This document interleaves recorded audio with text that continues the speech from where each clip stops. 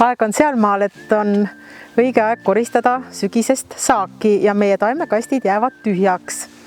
Mida siis teha nende tühjade taimekastidega? Et hea oleks külvata talviseid vahekultuure. Ja vahekultuure külvatakse siis selleks, et hoida mullaviljakust ja parandada seda. Lisaks sellele vahekultuurid hoiavad ära toitainete leostumise, sest vihmaste ilmadega lihtsalt pestakse toitaineid meil mullast välja. Vahekultuurid katkestavad ka haiguste ja kahjurite tsükli meil ja seetõttu ongi hästi oluline valida vahekultuurideks sellised liigid, mida me ei ole samal aastal oma peenrakastis kasvatanud. Selles peenrakastis oli suviseks kultuuriks hernes ja seetõttu võiks vahekultuuriks olla mõnda teise sugukonda kuuluv liik või liikide segu. Ja üheks selliseks heaks vahekultuuriks oleks näiteks kaer ja teiseks võiks olla keerispea. Kaer on väga hea vahekultuur, sest et ta on väga kiire tärkamisega ja tagab väga hea pinnakaetuse.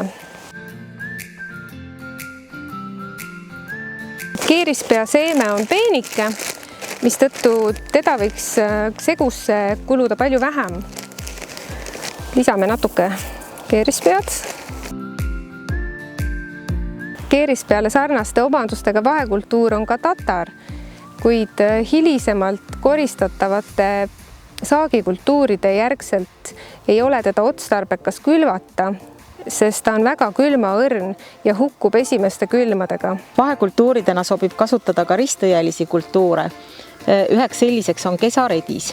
Hästi oluline on see, et ristõielisi ei kasvatataks ristõieliste järgi, et kui teil oli peenrakastis suvel näiteks kapsas, siis tuleb valida mingisugune muu eelpool nimetatud liik. Sellisel juhul ristõielist sinna külvata ei saa. Lisaks kaerale ja keerispeale paneme siia segusse siis veidi ka kesaredist. Et kesaredise seemnetega ei tasu ka liialdada, kuna ta on hästi domineeriv liik ja kasvab hästi suureks. Võime hakata vaba käega siis külvama. Selleks, et seeme saaks mullaga kontakti, tuleks teda rehitseda. Ja külvata võiks üsna tihedalt, et moodustuks suur biomass ja hea pinnakaetus.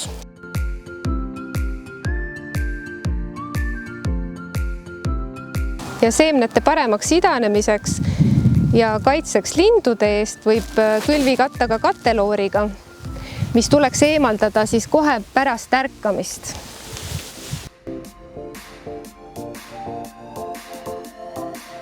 Nendes peenrakastides oli siin eelnevatel aastatel maasikas ja nüüd on vahekultuurina kaer. Kaer on siin kasvanud umbes 3 nädalat ja nagu näha, siis moodustunud on küllaltki suur biomass.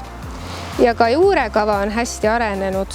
Kaer ei talvitu, külm võtab ta ära, kuid tema biomass laguneb küllaltki aeglaselt ja seetõttu jätab ta kevadeks ilusa multsi maapinnale. Järgnevaks kultuuriks on plaanitud siia kurk ja suvikõrvits ja neid saab istutada ka otse kaera multsi sisse, nii et maad ei pea läbi kaevamagi. Ka kasvuhoones võiks tühjaks jäänud peenrad külvata täis vahekultuure. Tühjaks jäänud kurgipeenrasse ja hiljem ka tomatite järgi võib külvata siis näiteks liblikõielist, mis lisaks oma biomassile seob ka õhust lämmastikku. Ja meil on siin nüüd talivik, mis on Eestis suhteliselt uus kultuur. Ta talub hästi külma ja kevadel alustab väga varakult kasvu ja seda eriti siis kasvuhoone tingimustes, et võib-olla juba esimeste päikesekiirtega hakkab kevadel kasvama. Ja teine segukomponent võiks olla siis tatar, mida kasvuhoones ei ohusta öökülmad ja tema kasvuaeg on siin pikk ja nagu enne öeldud sai, tatral ei ole siis ühtegi haigustega kahjurit sarnast meie teiste kultuuridega. Ja jällegi külvame need seemned siia kasti üsna lahke käega ja siis samamoodi kobestame nad mulda ja pärast siis tihendame seda mulda veidi reha seljaga. Lisaks sellele siin kasvuhoones on nüüd muld natuke kuiv, võiks peale külvi ja seemnete mulda viimist natukene külve kasta.